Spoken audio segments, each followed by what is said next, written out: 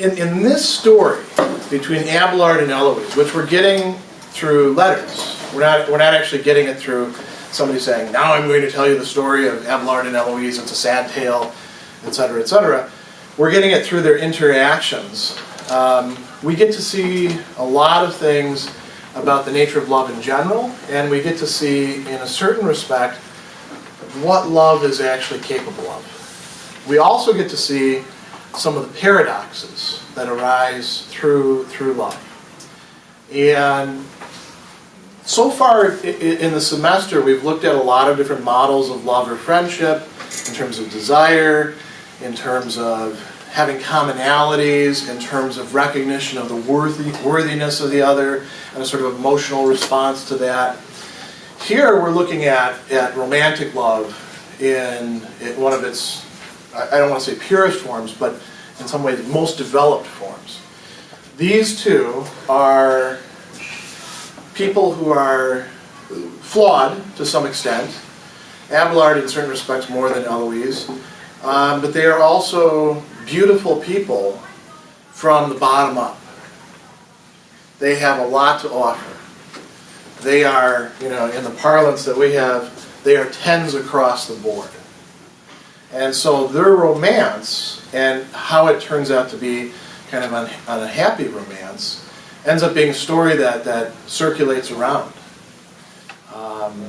And maybe it's a case that if you are that well off, you can't actually be that happy. We should try to strive for something lower. Or maybe the lesson is, boy, if these guys can't be happy, maybe the rest of us can't be either. Or maybe there's other lessons to draw from it. That we have to explore it to find out. So let's start with just like going over the basic structure of the letters and the story itself. Get that part down, and then we'll start thinking about desires and what desires are expressed very eloquently. So we have 6 letters here. I'm not having you read all of the letters of Abelard and Eloise, because as time goes on, the letters turn more to spiritual direction, and they're less this sort of confession of love and their unhappy condition. First letter is Abelard telling his story. And he's not telling it to Eloise. He's telling it to a friend of his. He says, the last time we were together, Philintus, you gave me a melancholy account of your misfortunes. I was, very touched with the relation, and like a true friend bore a share in your grief. And we've seen that so far, right? Aristotle talked about that. Cicero talked about that. Friends share in each other's joys. They also share in each other's griefs. This is a commonplace by now. And what's one way to cheer up a friend who's down? You say, well, it's not so bad. Let me tell you a story about something that's even worse. And in this case, he's telling him the story about himself. That's what the whole first letter is about. And, you can see a lot of bad stuff happening in that letter. A lot of good stuff, too. But it's very melancholy, isn't it? It's pretty rare that you can actually say to your friend, you think you've got it bad, but at least you weren't castrated. That's a big one to drop on somebody. At least you didn't make your wife, who you cannot stop thinking about, even though it's been more than 10 years, at least you didn't make her take religious vows and go off to that convent where you can't see her and where she's supposed to be pursuing God, and then you took religious vows as well. That's, it's hard to trump that, isn't it? The sort of things that we're upset about, pretty small potatoes compared to these kinds of things, aren't they? So he's comforting his friend. I don't know how comforting it was to his friend, because how comforting is it when somebody says, oh, your situation isn't really that bad. How many of you had a bad breakup, or you were in love with somebody who didn't want to give you the time of day, and your friend comes by and says, well, it could be worse. Does that really help you out that much? No?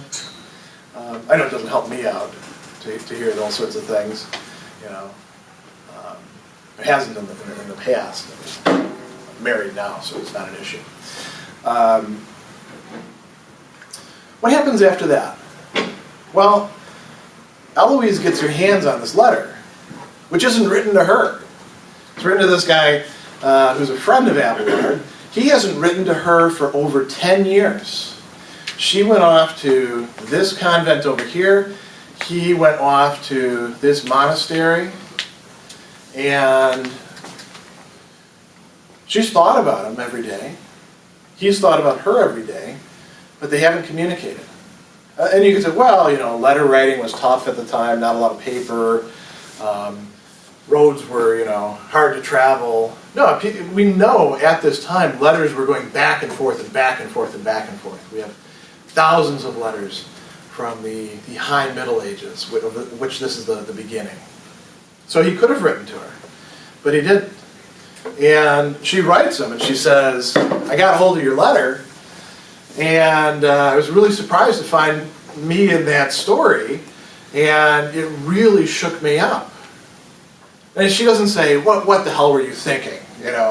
Laying our dirty laundry out for the world. She doesn't complain or anything like that. But she does say, well, since we're now in communication, let's start writing. Because I have really, really missed you. And what we had was, the pinnacle. This is as good as it's ever going to get for human beings. She talks about what the sum of happiness is for us down here below. And she thinks that they've had that. And she says, we're still married. We're still man and woman in this marriage bond that should make it okay for us to do that. If anybody, it's not like, I'm some nun who's off cheating with some monk somewhere. First off, we're not going to cheat at all because you don't have the equipment anymore to do that. So we don't have to worry about that. And we are married. So if anybody has a right to do that, it's us. So write me, because I have missed you so much, and I think about you all the time, and this will bring me so much joy and happiness. And you would think that Abelard would especially after all he's put her through, would be very happy, wouldn't you? To get a letter like that? Been over 10 years that they've been apart. This is a complete digression, but that's not something that you've experienced yet at this point in time. This absence of somebody who you have this vital connection with, and then finding them 10 years later, and then getting back in touch. It's interesting. For you, Facebook has always existed, essentially. All of you are on Facebook, I imagine? Some of you use Twitter as well, and probably, you should use LinkedIn, by the way, professionally. You should start using that now. But Facebook is one of the main ways in which we stay connected with people. Who knows what it'll be 10 years from now? Maybe some other network. Maybe some of you are, Google Plusers too. I don't know. One of the things that was really cool about Facebook when it was coming out was that it afforded you the chance to get to know people who you'd lost touch with 10 or 20 or even 30 years ago. Like for me, people I went to elementary school with, and then I went off somewhere else, and they all stayed in the same area, and I'd see them every once in a while, and then I left the state, and I haven't been back living there for over 20 years. And you see what's going on with their lives. Some of them, didn't turn out so good. Some of them turned into just amazing people. And there's a joy involved in this reconnecting. That's why people like to go to reunions. It's not just like, show off, I did this, look at my beautiful, spouse, look how successful I am. They want to reconnect with people. We're human beings that need connection. And that's what could have happened with this. What does Abelard do in his third letter? Does he say, I'm so happy you friend requested me. I've been wondering about you all this time. I would have sent a friend request myself, but I was just too shy. He doesn't do that, does he? He really stops her in his tracks, in her tracks, and he says, we have to stop this. This is not good for us. I'll admit that I am just torn up inside, missing you, thinking about our past, and I've tried to wipe it out. That's a tough thing to hear, isn't it? Imagine you're in love with somebody, and something happens. Let's not make it, cruel uncle and taking religious vows, you wind up in some other country and you can't get out of there, and it's 10 years, and then finally you're able to get in touch, and they say, yes, I love you so much that I have been trying to wipe out your memory from my heart so that I can not only not feel the pain, the desire, the longing, but also so that I can do something better than be involved with you. Namely, be involved with God. He's a monk. She's a nun. They're supposed to be devoting themselves to God. He goes on further and he says, our behavior was actually so bad that it's created a scandal, and we're leading other people into doing the wrong thing. So we ought to feel really bad about that and try to wipe that out by punishing ourselves. We don't deserve that sort of happiness that you're seeking with me. We took some oaths for stupid reasons. He admits that. But we took these oaths. Now we have to make good. And he admits, though, I'm having a very tough time doing this. Then she writes him back. She writes him 2 more letters. And oh, by the way, he ends his letter by saying, but when I die, then you'll get to see me again. Because where you're living is a place that I established called the Paraclete. And we'll have my body brought there after I'm dead. But you're not going to see me until then. That's really mean, isn't it? And she says, you're not leaving me with any sort of hope. This is like a total loss. Before I could at least think to myself of what it is that I'm missing and what it is that I love about you. And this is so screwed up. If anybody deserves happiness, it's us. Think about all we've gone through, all that's been imposed on us, the kind of people that we are. Why should we suffer like this? This is totally unfair. And she gives some examples of how things have gone wrong in the past with other people. And she also brings up some things. She says, you took some religious vows, but you also made vows to me. You said you were going to love me forever. You said nothing was going to separate our love. That's why I trusted you. That's why I gave myself to you. I didn't have to give myself to you. I had plenty of other people who were interested in me. You had plenty of other people who were interested in you. We actually hear about one a little bit earlier on. What's going on? Why can't you recognize this great good that we have? And then he doesn't reply. And she writes him again after being very sick. And now she's had sort of a change of heart. And she says, okay, I'm going to try this out. I know it sounds kind of silly because I've been in the convent for all this time. But now I'm going to really make a go of it. I'm going to really try to give myself to God. But it doesn't really work that well. And she says, I want you to keep writing me, but write me now letters about virtue and about, the monastic life and how I ought to be living.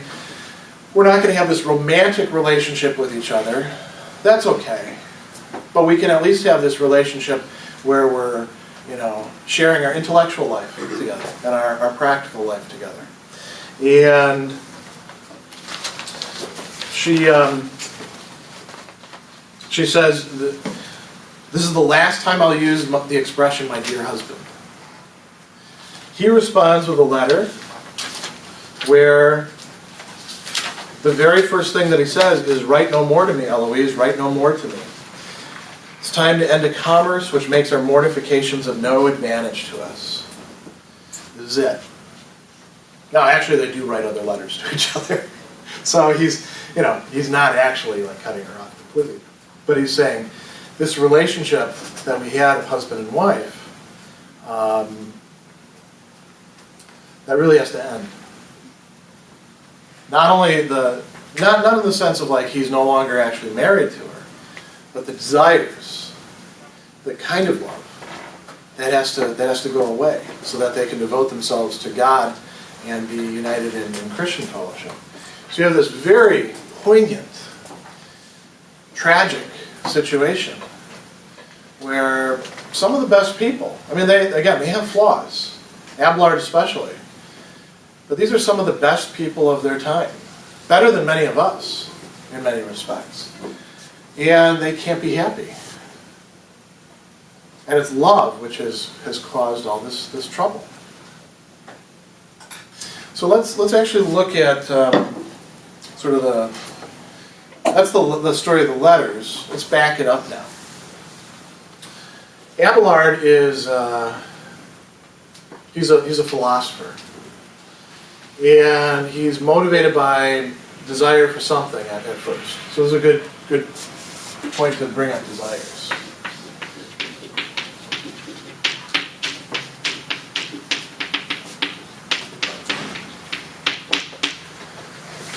People are the kind of people they are because of what it is that they actually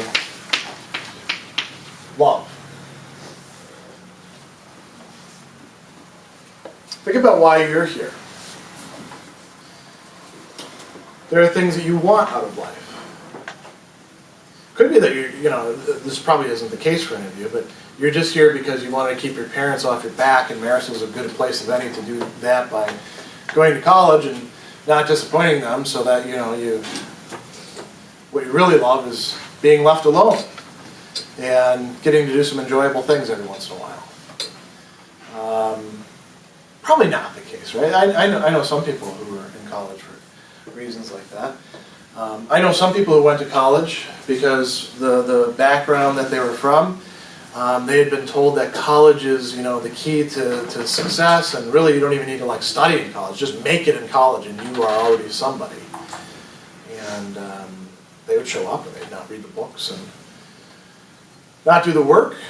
And you'd ask yourself, what the hell's going on with you? What's your structure of motivation here? And they just felt like they'd already made it. Their life was already complete. They were in college because nobody in their family had ever gone to college.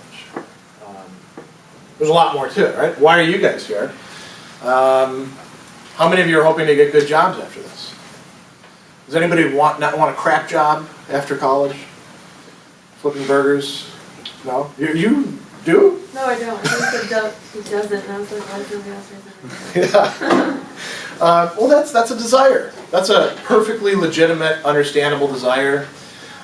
We don't want to reduce college just to an instrument of vocational training, but there's a little squirrel right by your window. He's motivated by desires too. He wants to know what's going on in here. That doesn't happen every day. Success, money. These are things that motivate people. We see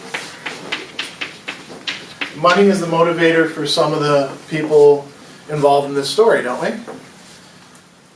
Eloise's uncle, Fulbert. How does Abelard actually get to hang out with Eloise? It's kind of weird because normally when you teach people, you get paid for teaching them, right? Abelard has made a ton of money by this point because he's got so many students, because everyone wants to hear this guy teach. Apparently he's an amazing teacher. He actually pays this guy so he can tutor the guy's niece. Fulbert is the kind of guy who's motivated by money. Her singing instructor is motivated by money too, right? Success is another thing. Is Abelard motivated by success? How so? What's success for him? Not getting the girl, that's a different kind of thing. What's success for him? It's not making a ton of money, right? What does he care about at first? Before he meets Eloise. Yeah. He liked that he was really intelligent, he surpassed all his teachers, but his thinking. Yeah. He is looking for what we call honor prestige. And he measures himself against his teachers. You get the sense he is genuinely disappointed with his teachers. He goes off and he's like, I really love learning. And these dummies didn't actually know anything. People were going to them, and I studied with them, and then after a while I was like, this is it? This is all you have to teach me? Why are people actually paying you for your classes? You don't know anything. That usually doesn't endear you with teachers, does it? It's actually a dangerous thing to do. He makes a lot of enemies. But he is very successful, and he is motivated by success. He's motivated by honor. Maybe some of the teachers are too. Maybe that's why they become so angry with him. What are other things that people are motivated by in this story? Why does Fulbert do the horrible things that he does? If you had to describe it in one word, what is his motivation? It's not money at that point. It's not even really honor. It's not like a honor, killing we still have going on today. What is he motivated by? Abelard has seduced his niece in his own home. And he hears about this not from Abelard himself, but from people singing songs about this out in the street. And at first he doesn't want to believe it. And then he finds out, yeah, they've been doing this the whole time. When they're supposed to be, studying philosophy, they're actually off having sex. What does he feel? Yeah. Like anger, and he has like established power that he knows what's going on. Yeah, I think you're right that it's not just anger. He feels, in a certain sense, shamed, powerless. He wants to restore the balance. Castration, by the way, was not a completely out-of-the-blue sort of punishment for sexual offenses back then. And they had a lot of experience with how to do this sort of thing, because they would have to castrate horses and bulls and pigs and things like that. So he finds somebody, and the revenge that he inflicts. So let's say revenge. The revenge that he inflicts is pretty lasting, pretty horrific. And notice he hurts his niece just as much in the process, doesn't he? Because he cuts her off completely from any sort of normal marital relations with Abelard. He conceals this too. He lets Abelard think that everything's going to be okay, and then he drops the hammer, as we say, on him. What else? What else is motivating people? So these are all things we can relate to, right? What else is involved in the picture? Yeah. Is it pride? Yeah. Although that's probably connected with honor. Let's put pride here. Abelard recounts and condemns his own pridefulness. I guess the masters that he's attacking are probably kind of prideful too. They don't like him taking their students away. It affects their self-image. How did these two end up together? Abelard is motivated by a lot of things, and then suddenly he meets Eloise and everything changes. There's a seismic shift within his soul. What does he want now? What is he motivated by?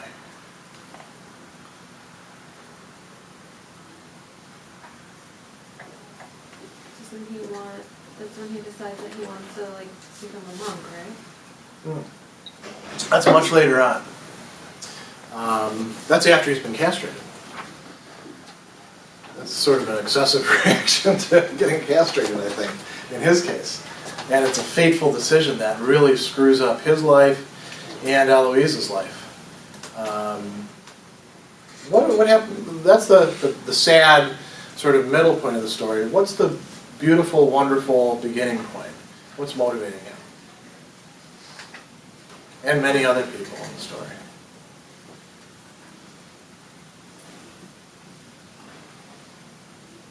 Yeah. Did you ever hand up?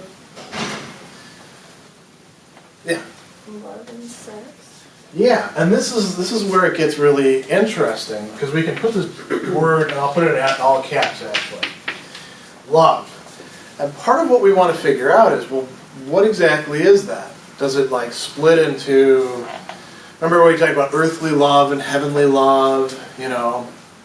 Thomas will talk about the love of concupiscence and the love of friendship.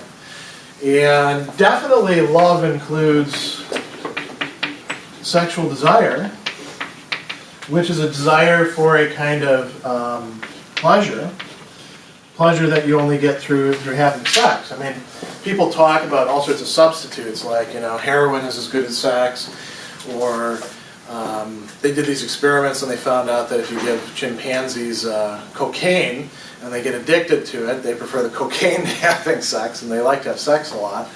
And, you know, some people, food is better than sex, or things like that. But, you know, it's natural to have a strong desire for sex, especially at their age, you know. These are not old people. These are people in their prime. And Abelard wants to have sex with Eloise. Is that all he wants from her? No, because he could have had sex with anybody he wanted to. He's got lots of women pursuing him. And he actually tells us in his first letter,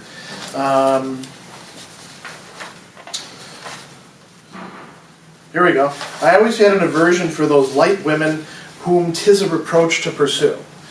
I was ambitious in my choice and wished to find some obstacles that I might surmount them with a greater glory and pleasure. So it's not that he hasn't had any sex before, that he likes challenges. And that's probably more important to him than the actual sexual desire. But he meets Eloise and he falls in love with her. And that includes physical intimacy. That includes getting to receive and to give pleasure. But there's also, I'll put a just question mark there for right now, there's also some other aspects to their love, isn't there? These two admire each other. And he says, I saw her, I loved her, I resolved to make her love me. So part of the nature of love is to want not only to express one's love with the other person, not only to get something out of them, but for them to love you, feel the same way in return.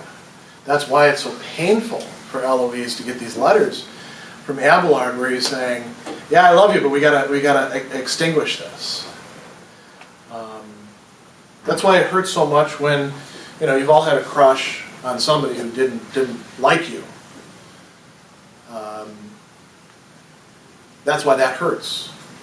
Because part of the nature of this kind of love, romantic love, is to want love back from the beloved. I think that's also involved in friendship too, isn't it? If you are friendly with somebody and they're not friendly with you, do you feel hurt? Do you feel disappointed? Do you feel wronged even in a certain respect? That's because love is a kind of interesting emotion. It's not just desire to have, to consume, to use the other. It's a desire to be taken as an object of love by the other. This is part of what makes it so tricky. And part of what makes it so tricky as well is that we've got all these things mixed in with each other, and often it's difficult to decide between them. Don't we sometimes confuse just raw sexual desire for being in love with somebody? Doesn't that happen from time to time? And then, you know, you can tell because you get bored with the person quickly. Once you've actually, you know, had sex with them and had enough of it, then you're like, man, I can't stand this person. Wish they'd leave. You know? Then you say, we need to talk. We've grown apart. We don't really have that much in common. And you're actually saying something true. We don't have much in common other than the fact that, you know, we can put our organs together in amusing ways. That's not the fullness of love, is it? It's not even the fullness of what's enjoyable. You know? This is why, you know, why people get into affairs and get divorced. I wasn't getting what I needed out of my partner. You know, that's why people have emotional affairs. because they want something more. And this is part of our nature. This is part of what it means to be a human being. What else? Is there anything else in the picture that we've left out? If this is all their desires are, why can't these people be happy? These two, Abelard and Eloise.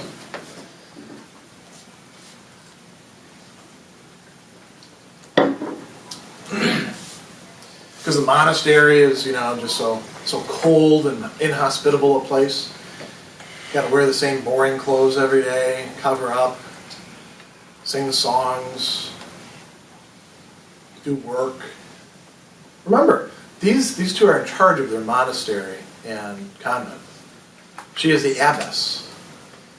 Within a monastery, that means that she has the power basically of a bishop. She runs the show. If she wanted to get drunk all the time, she could just drink all the time. She's in charge. Why doesn't she drown her sorrows in drinking all the time? She doesn't talk much about that. Why doesn't she just spend all day writing beautiful letters to Abelard and indulging her desires? At the time that she's writing, she's in her 30s. She goes into the convent at 22 years old. She's still a fairly young woman when she's writing these letters. What else does she feel?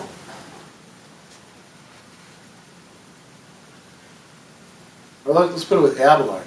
Abelard is more geared towards this because he's the one who's imposing it on her. Yeah. Oh, go ahead. I was just thinking like God and religion. Yes, exactly. Those kind of go, hand in hand.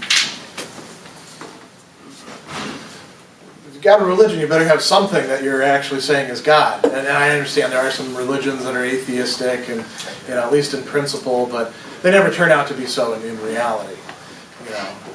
There's always some object that is divinized, that is made the thing that you should bow down and worship and devote everything to and sacrifice everything for. And likewise, God without religion is just sort of a concept, isn't it? Sort of like Augustine said. You can have nice pictures in your mind of God, but unless you actually have some practical comportment towards God, unless the question matters, why bother? Right? That brings up another conception as well. Duty. And their letters are really about the clash between duty and love. When you read Christian literature, you can, Augustine is a great example. You find that Augustine talks very much about his relationship with God through religion, and he says, yeah, I'm a screw up, and all sorts of things are messed up in my life still, but I have this consolation, I feel this love, I feel this presence. There's something there. Is there anything like that in Abelard and Eloise's letters? There's a little bit towards the end, but not much. For the most part, the love is all on the side of, I love you, Abelard, bless you. And, God help me, I can't help it. I still love you, Eloise. And counterposed to this is this grim duty. And what is the duty that's actually involved there? It's not just to stay in the monastery and nunnery and don't hook up with each other, because that would be bad, breaking your vows. It goes way beyond that. Abelard and Eloise both say, yeah, I recognize my desires, my very love is what's a problem. If I'm loving anybody, it should be God above all else. And think about this, let's just make it in our own terms. You suddenly have a big commitment that you want to follow through on. Take God out of the picture. You got a career that you're trying to pursue. And you have decided, this is what I'm going to do. I have these goals, these projects. I've got a 5-year plan. It's going to take a lot of work that I'm going to stick to. because this is very important for me. And other people are looking up to me. Once I've made the commitments, other people are hoping I'm going to follow through on them, and I'm going to let them down if I don't do that. Have you guys ever been in situations like that? After a while, being here at college will feel like that to you. You know, there will be times when you're like, oh, man, I wish I could drop out. And then you'll think to yourself, I don't want to be a dropout. I've put this much work in, I've made a commitment, I want to follow through. I owe this to myself, I owe this to those who have supported me in this, I owe this to, you know, all sorts of people. It would be easy to drop out. You know, go on the dole, you know, find something to do to kill the time, but you won't choose to do that. In part because you're Marist students. That's something.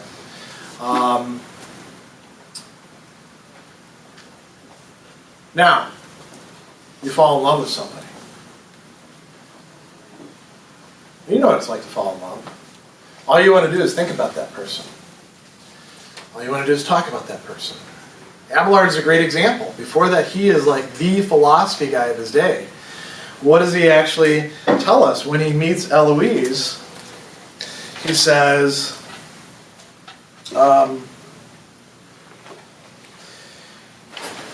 lovers either find or make all things easy.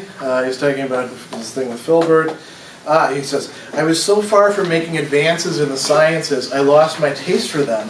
When I was obliged to go from the sight of my dear mistress to my philosophical exercises, it was with the utmost regret and melancholy. And he says, I quitted Aristotle and his dry maxims to practice the precepts of the more ingenious Ovid. Ovid wrote this book, The Art of Love, which is basically a manual of seduction. If you ever have the chance, you should read it. I considered having us read it this semester in this class. It's pretty racy.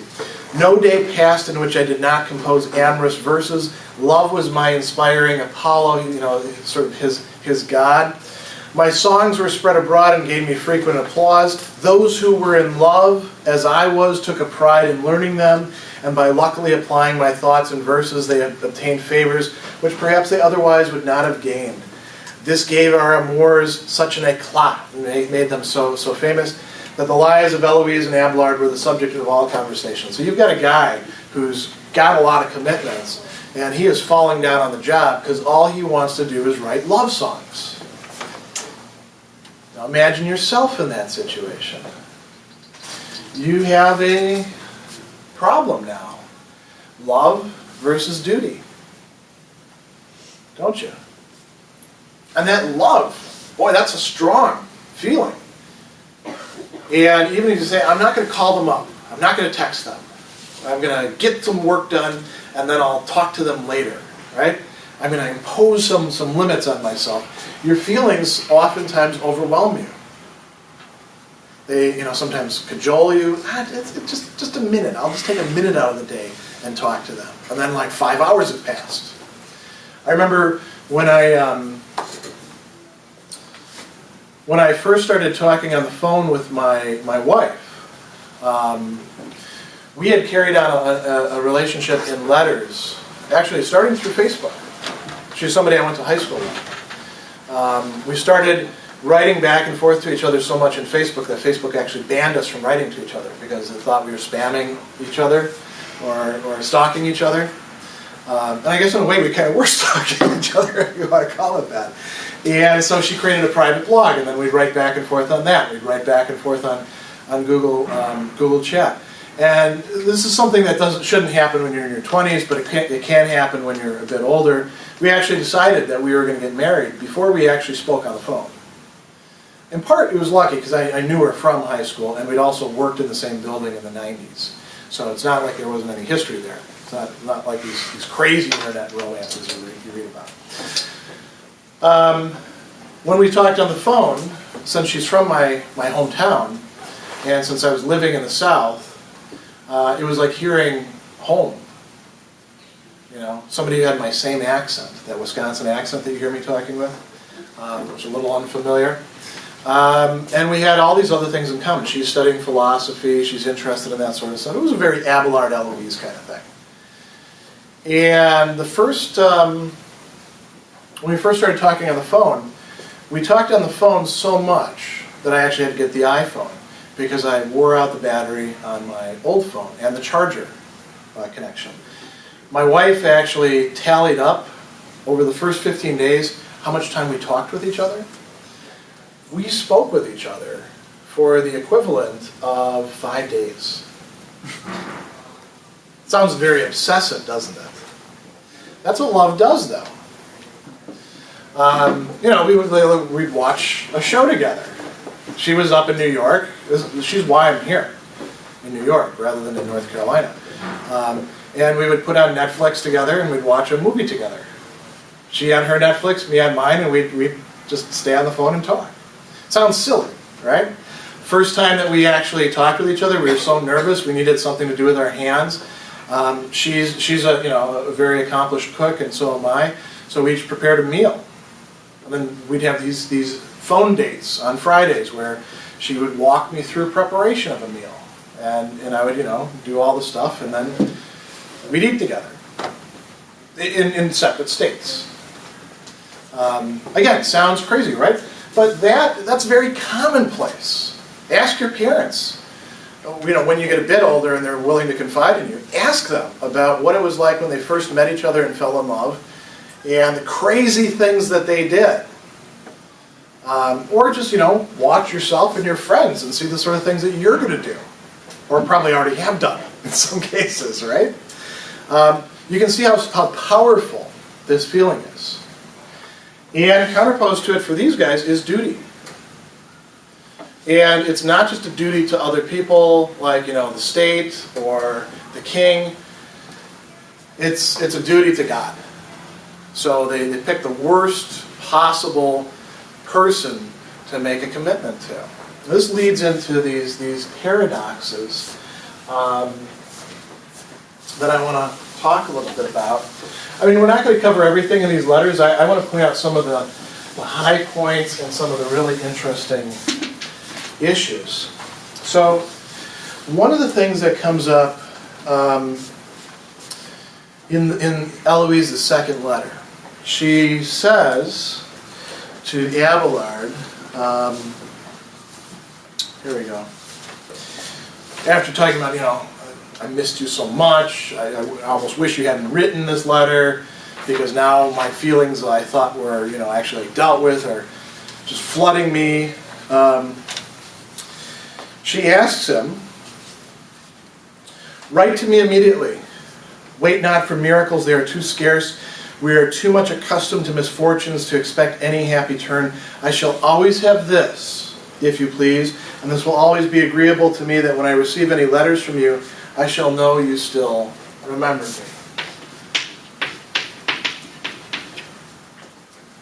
What can letters do? Again, this is something that we don't think that much about until these things are taken away. I remember when I first began to appreciate letters was when I was in basic training. And I started getting letters from people in my family. And they were a godsend because, basic training, it just sucks. It's terrible. It shouldn't, because that's what the whole point of basic training. And you start writing letters back to other people. You start feeling a different kind of connection with them through letters. She has been without her husband, who she loves, who she's had this amazing affair with for over a decade, stuck with all these nuns who are kind of, you read their story, kind of a pain, They're not consoling her at all. They have no idea what's going on with her. And she wants him to write her. Why? Well, let's look at what she actually says about letters. She says, "I've got a picture of you. It must be a portrait, right? A painting." And she says, "By a peculiar power, love can make seem life itself, which as soon as the loved object returns is nothing but a little canvas in dead colors. I have your picture in my room. I never pass by it without stopping to look at it. And yet when you are present with me, I scarce cast my eyes upon it." What does a picture do? It makes present the absent, right? Now, this is where it gets really interesting. A letter can do that much better than a picture. Why? I mean, if you want to see what somebody looks like, isn't a picture better than a description of them?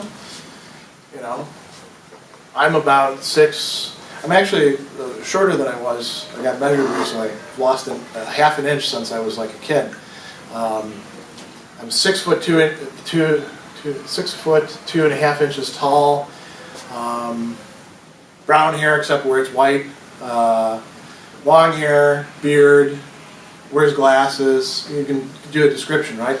That could be like 50 other people walking around campus, couldn't it? Take a picture of me, you know exactly what I look like.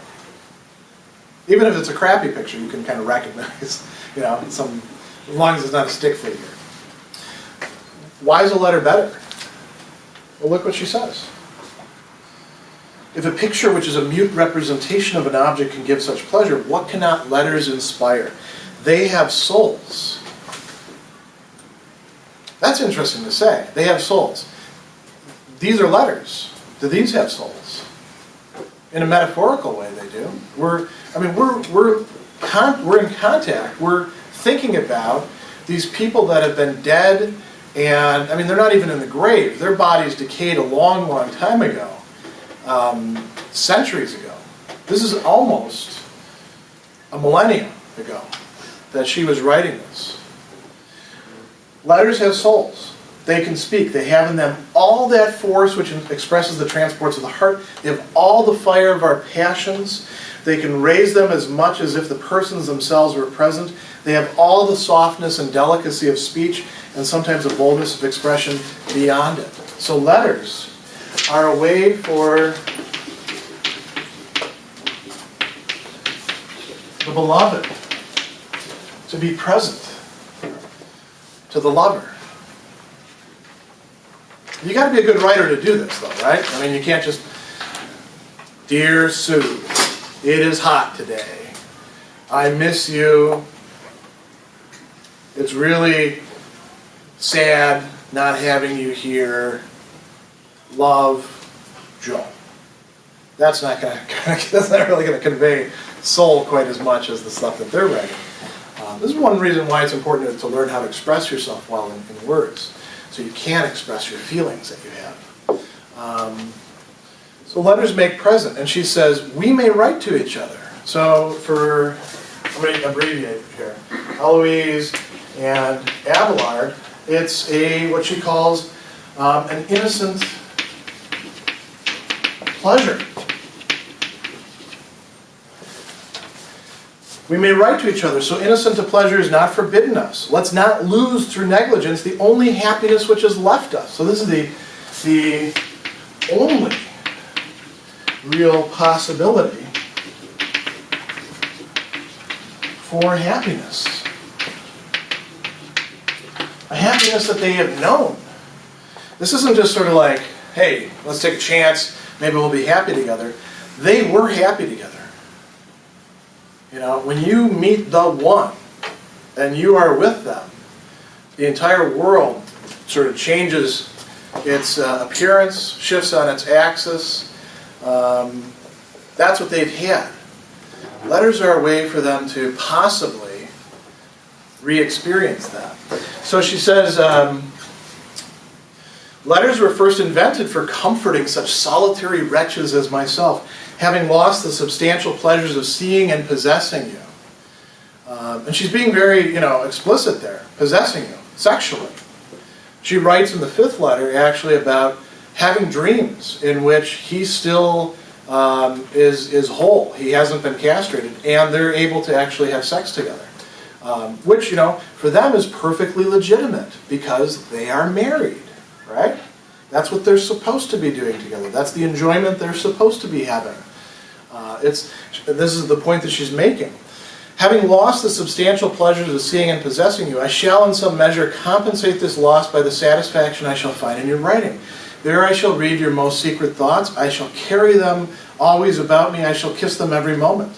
If you can be capable of any jealousy, let it be for the fond caresses I shall bestow on your letters, and envy only the happiness of those rivals. She goes so far as to say, I cannot live if you do not tell me you always love me. So these letters are a way to share, to express, and to continue their love for each other.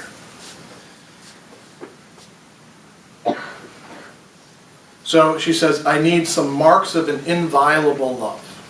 What we had before. And later on she says, when you write to me, you will write to your wife. I am your wife. We were married. As a matter of fact, I didn't even want to be married. We'll look at that paradox in a moment, why she was willing to sacrifice not being married. It wasn't just because, she was like, screw marriage, or, I just want the sex. She actually had some sort of other motivated reasons for that. She says, marriage has made such a correspondence lawful, and since you can without giving the least scandal, why will you not? Why won't you write to me? You wrote me such wonderful letters to before. I know this because I've had them. And actually, when she took her religious vows, she recounts having one of his letters in her, not quite pocket, but like, in the garments. I'm not exactly sure how it was in there. They didn't have a lot of pockets, but they had folds and things like that. Why does Abelard turn her down? Doesn't this seem perfectly legitimate to you? Let's make the paradox even more striking. Don't these people, if anybody deserves happiness, don't these people deserve happiness? I mean, they're, on the one hand, they're great people. Again, Abelard's kind of a jerk at times, and he admits that. But for the whole, he's a pretty good guy, isn't he? He's really great at what he does. He knows how to talk to people. He's brilliant. He shows himself to be a very committed, careful, passionate lover of this one woman who he chooses. She, on the other hand, is a brilliant scholar. She's probably one of the smartest women of her time. She may be smarter than Abelard himself, because he actually says, I learned this thing from you and this thing from you at other points. Remember, too, she's younger than him. We don't know what she would have actually flowered into. By the time that she's an abbess, she actually reads Greek, Latin, and Hebrew. In a time when almost nobody read those. She has studied these foreign languages. She's also beautiful. She's also willing to be absolutely committed to this guy, even to the point of taking a vow which is going to cut her off from him because he asks her to do it. Even though she knows it's not good for her, she's willing to do it. Don't they deserve happiness, if anybody? And then look at what cut them off from happiness. This jerk uncle who wouldn't be happy with them even after Abelard married her. Made an honest woman out of her, so all the shame is gone. And he could have just had her beaten up or something like that. No, instead he cuts off any possibility of them having any sort of sexual pleasure together, living together as husband and wife. He wipes that out. This isn't like, nowadays where you could have reconstructive surgery or anything like that. This is permanent.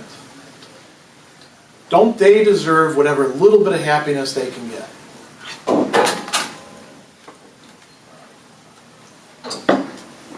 Why don't they? Why does Abelard take this strong line? Again, he says, duty. We made a commitment. It doesn't even matter that the reasons for making the commitment on retrospect are stupid reasons. Why did Abelard make her take religious vows? Doesn't that seem like a little bit of an excessive reaction, even to being castrated? I don't know, these days we don't make people take religious vows, but I know if I was unable to perform, I wouldn't make my wife go away somewhere else. Why does he do that? Jealousy. He's worried that she's going to find somebody else. He is worried that she cannot be totally committed. He talks about constancy, we talk about in our time, commitment, right? Fidelity. And so he imposes on her this vow, which brings about a duty. They have these vows to God. These are people who believe in God, so they're really crossing a line when they take those vows. And once he's done that, it's inexorable. Not only are they supposed to not have sex with each other, which is no problem because they can't, they're supposed to wipe out these desires that they are expressing and feeling so poignantly and so articulately in these letters. Her more than him. Her descriptions of what's going on are far more elaborate than his, aren't they?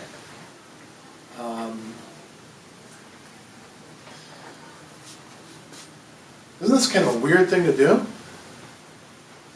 To cut yourself off from happiness? I mean, listen how she describes the happiness that's possible for her. She says,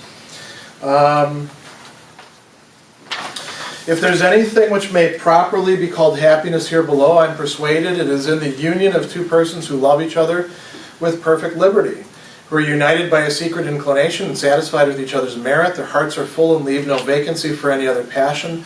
They enjoy perpetual tranquility because they enjoy content. She's not just about having sex, sexual desire and satisfaction. She says, when we love pleasures, we love the living and not the dead. We leave off burning with desire for those who can no longer burn for us. If I was only in it because after I got introduced to it, really liked the sex, then once you were unable to perform because of my uncle's cruel revenge, I wouldn't be interested in you. I sure as hell wouldn't be interested in you almost 15 years later when you haven't written me, even though you're perfectly capable of doing that. Because I know you can write. I know that you can write very well. She wants to have this kind of happiness. And he is saying, no, we have to sacrifice our happiness to duty. And you might say, what the hell for? Love for God. Love for something else. But you don't get a lot of sense of that. These are people who are trying to love God, who are trying to raise themselves up to something even higher. But you don't see them really succeeding in it, do you? Very much. Even in the last letters, they're still confessing having a lot of troubles with this. That their love for each other, which is not just carnal, is still posing problems.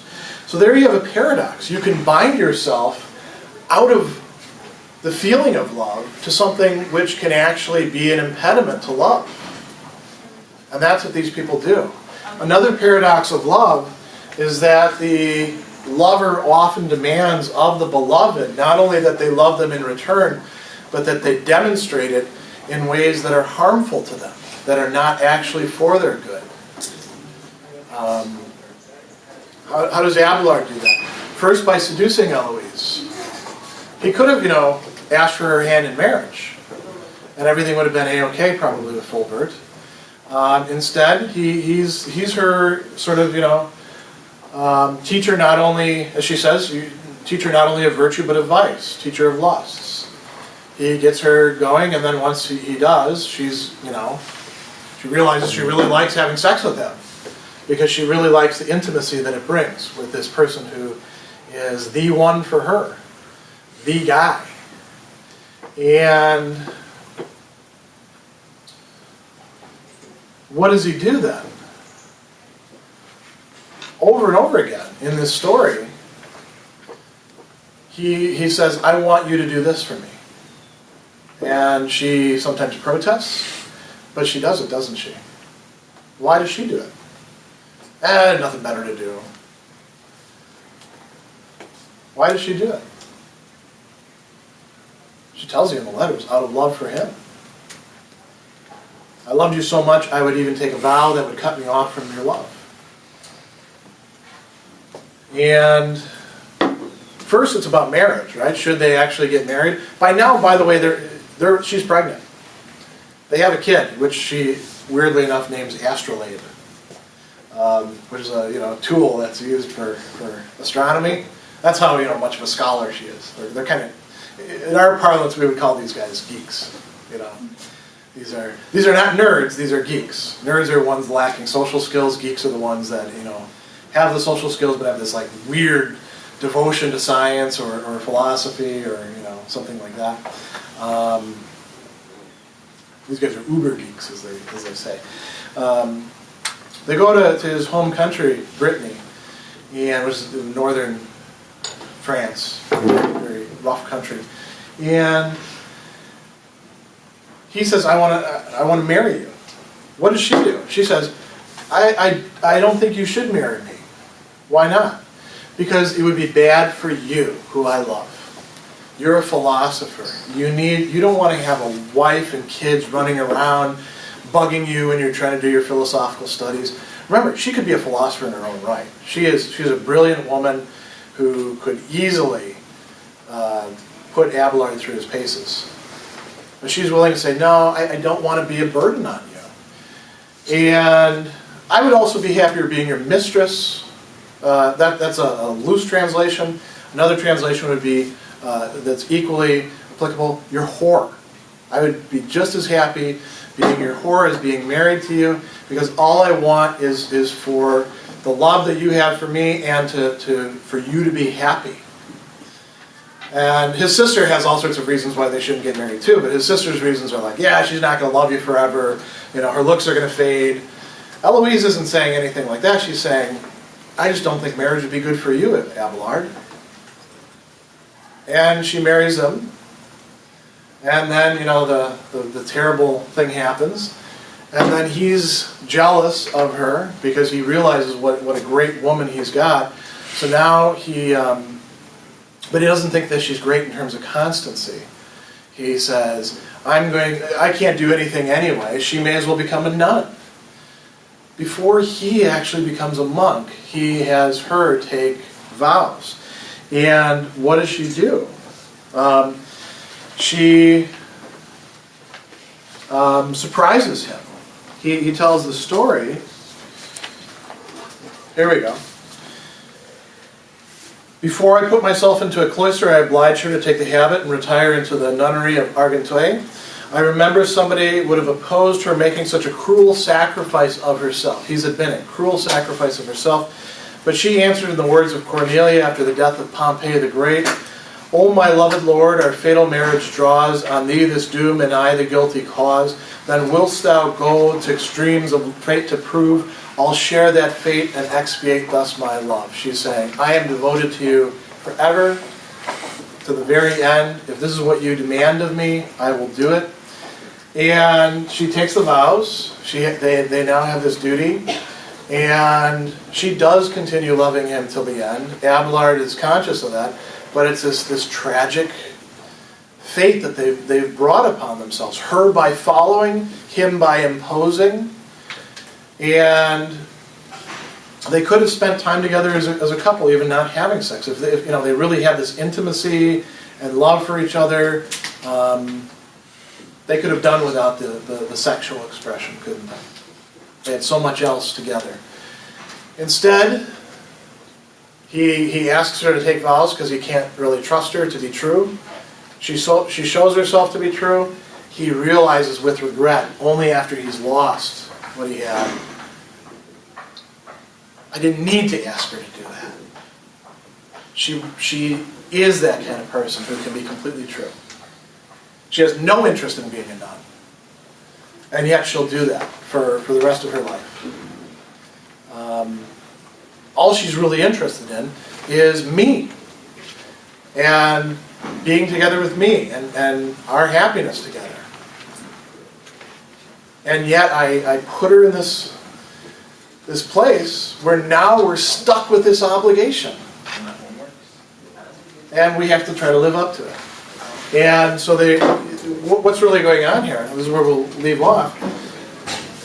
Two of the greatest lovers of all time, who really know a lot about the nature of love, got themselves into a bind because of love. And took on more, perhaps, than they were able to really bear.